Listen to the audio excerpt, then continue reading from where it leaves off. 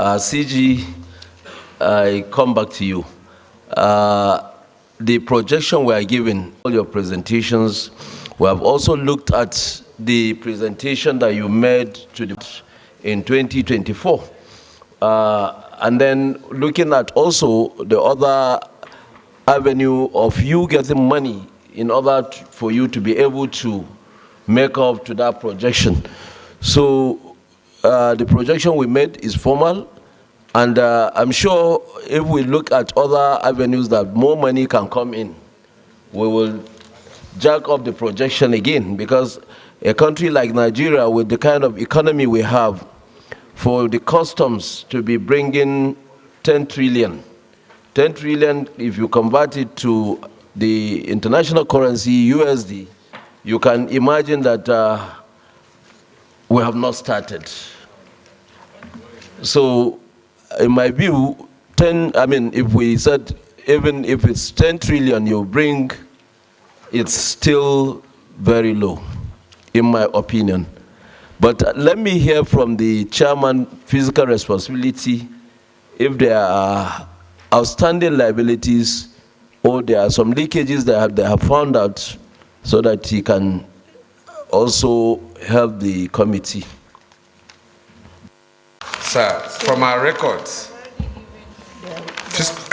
Nigerian Customs Service was originally enlisted under the Schedule of Fiscal Responsibility Act at inception, 2007. Sorry, please, can you introduce yourself? Can you say who you are? Distinguished sir, my name is Victor Morako, Chairman Fiscal Responsibility Commission. My apologies for that. Like I said, customs, we are conscious that customs owe obligation to the Federation and CRF. Our mandate covers greatly, except on transparency, covers greatly on the CRF. And custom is under the Schedule of Fiscal Responsibility Act 2007. And we've been engaging them. Originally, we had challenges with them, getting them at least to comply and submit the audited financial statement, through which we know what the operating surplus should be. But we're happy. From 2015, they started complying. But suddenly, the last we received of the annual financial statement was in 2019. We have been writing the service. We've been going back and forth. We've engaged. We've visited. We even remember the engagement of the Chairman Senate Committee on Finance we had in your office, and Customs Service promised that we'll take a second look at their AFS. Till date, we are yet to get any audited financial statement through which we can know their liability to the CRF.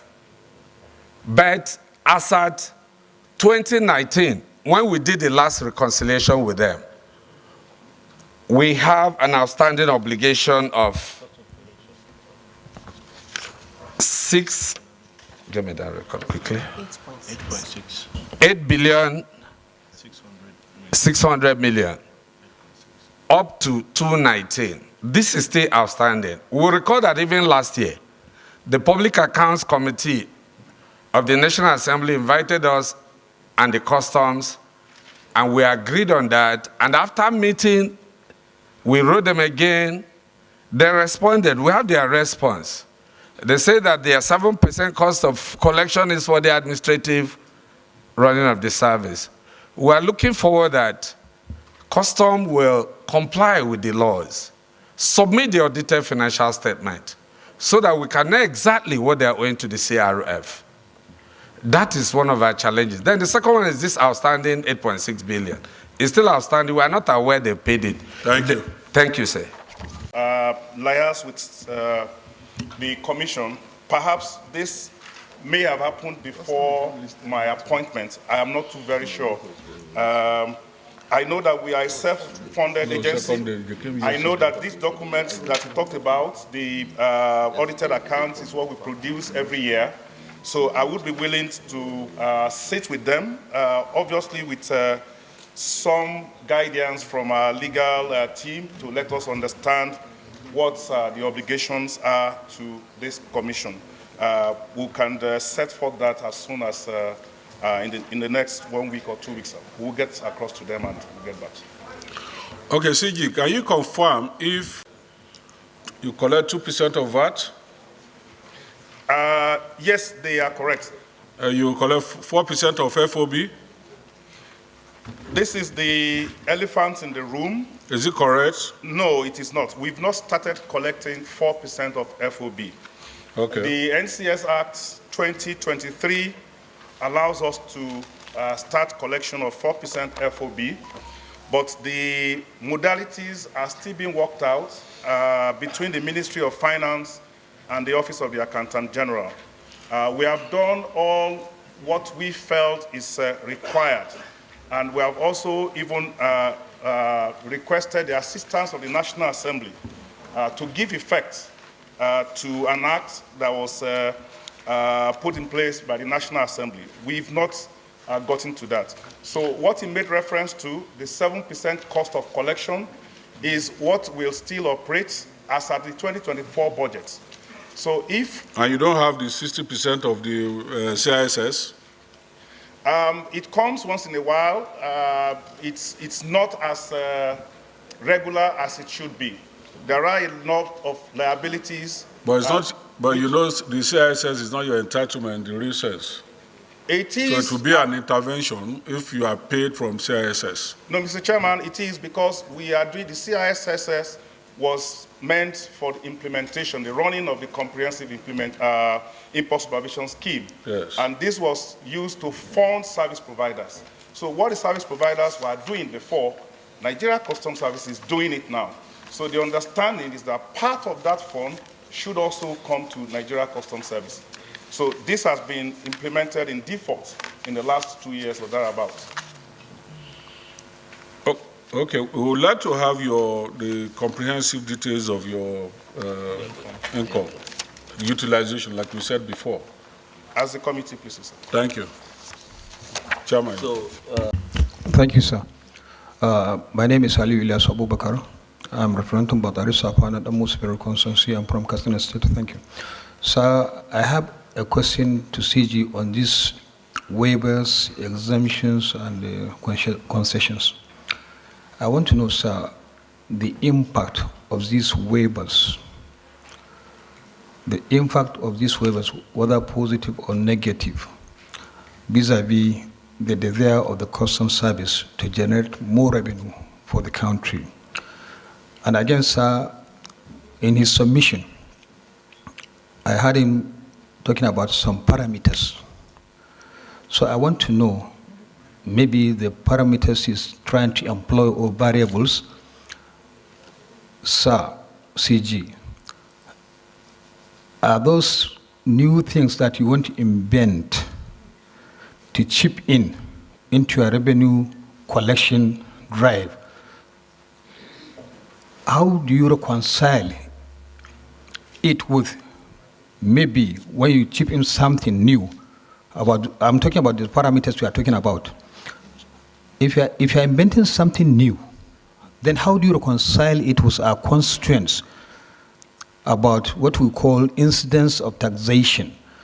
That maybe when you invent something new and the tax is increased somehow, it will come back to our people that they will pay this tax indirectly. This is what is called instance of taxation.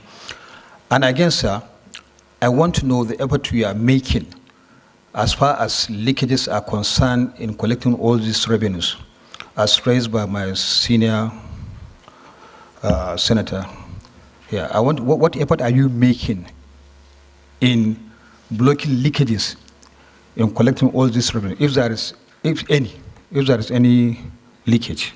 Thank you, sir. Use the exchange rate as of December 2023 and express it in dollar terms, what you collected, vis-a-vis 2024, when, because I do know that around this time, 2023, a naira was several 20, several 50 naira to the dollar. And at a point in 2024, it escalated at a point to 1,900 naira to the dollar, almost 2,000, before it now stabilized at around 1,600. So may I request that you kindly dollarize the revenue. And let's see, both of 2024 and 2023. 2023 using the prevailing rate of that year, and 2024 using the average rate, which was about 1,600, 1,007, so that we can see in real terms whether you will be able to say you have improved in revenue generation.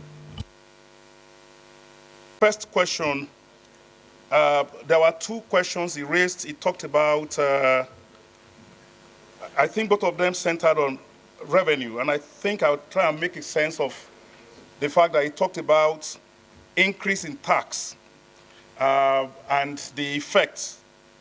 I honestly struggle to understand the question, but my sense of what he's saying is whether we should be considering the effect of increase in taxation on our constituents, on Nigerians. I agree. Each time you review tax, there must be an objective that you want to achieve. This has happened a couple of times. In the customs ecosystem, this does not happen all of the time. It does not even happen outside our tariff cycle. Our tariff operates for a period of 5 years, and it is known as the Common External Tariff that we implement jointly with other members of the Economic Community of West African States, ECOWAS. So we don't have a tariff that we change, every year. Even when government comes in, government does not have the liberty to change it since they have freely committed themselves to these tariffs which we operate on a regional basis. The complaint that you have in 2023, 2024 was more about the exchange rates, which distinguished Senator Adams Oshomole talked about. Hopefully I will address that. But there was absolutely no change in any of the taxes that was that we used in 2024. If there was any change, it happened in August, and it was a reduction. For example, from 20% on rice, 20-25% on rice to 0%, on wheat to 0%. So that was what happened. So there was no increase in tax, and it doesn't happen in the middle of a tariff cycle. The issue of exchange rates has been discussed a number of times, particularly when we made a presentation to the National Assembly, and whether it has really affected our revenue or not. We will need a scientific study to actually look at the impact of this. There is no doubt about it that in absolute terms, when the forex rate changes, it will affect revenue. But it is not in absolute terms, because we also noticed during the same year that the cargo throughput reduced by as much as 55% in 2024 alone. And this has been a progressive decrease in the cargo. So if we are losing sight of the effect of the reduction in cargo, and we are only looking at the increase in revenue, I think the argument will not be complete. So as we are looking at that, we should also be looking at what effect it has created, in terms of the reduction. But the bigger issue is this: government has given the direction in which it is going in the implementation or the abolition of the dual exchange rate. Government has made it very, very clear that this will be liberalized, and that this is the exchange rate regime that it's going to implement. We are implementing that. We are following it through. We have raised concern about the fluctuation, the number of changes that happens, the volatility especially. For us, it is not the number. It is not that it exchanges from 1,000 to 1,005 or whatever. It is about the fact that organized business needs some level of predictability. So if they know that this is the rate they're going to use for in a quarter, for example, it makes it easier for them to plan. Not that you get a rate on Monday and then you want to pay your duty on Wednesday, the rate has changed. So we are engaged with the Central Bank of Nigeria to see how we can bring some relative stability into this. And we have also noticed that this rate, the projections that we are making up, it's not complete, it's not totally as if, you know, it's going to the north all the time. Sometimes we have this rate coming down, it changes, and we are living with the change. We are hoping that in the first quarter of 2025, we'll be able to reach some kind of agreement with CBN on the appropriate way to ensure that there is stability and predictability in fixing the exchange rates. In terms of the law raised by the co-chairman, I am not too sure that law alone can achieve ensuring that we bring cargo that are meant for Nigeria into Nigeria. I think a lot will be addressing the issues around the operating environment, reducing the costs and the time it does to conduct business in our port. I think that is the major thing. Most people who go to neighboring ports, they might tell us one reason or the other, but the biggest reason why they go to other ports is to circumvent our laws. It's not, there's no reason beyond that. Most of the time, they want to circumvent our laws. We are addressing the issue of trade facilitation, reducing the cost and the time it does to do business. In the document we submitted, we enumerated a number of initiatives that we are taking on. The use of technology will be one of them. The launch of the advanced ruling will be one of them. But most importantly, our VIP economic operators, we are doing the AEO for them because we have discovered that about 70% of our revenue come from all of this. And we want to create an environment for them that will make it easy for them to use the port, any of our ports. And this has been their experience. This has been the testimony that we got in 2024. And this is what PEBEC has actually validated, naming Nigeria Customs Service #1 agency of government in terms of enabling business. We moved from number 33 to #1 in 2024. We hope that we will continue and consolidate on this so that more of our importers will begin to see reasons why they should not go across to neighboring ports. Thank you, sir. Another year that your revenue projection, your revenue returns will greatly make an impact to the entire economy of the country.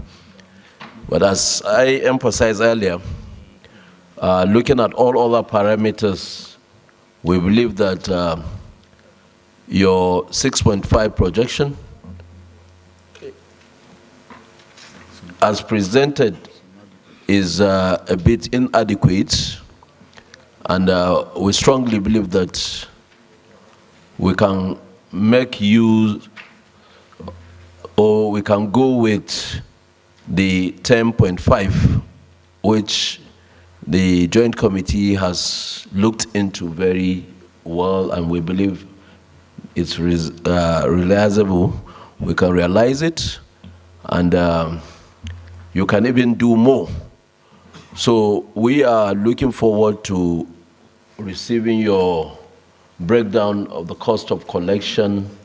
We have seen from your presentation there is no any operating surplus being remitted.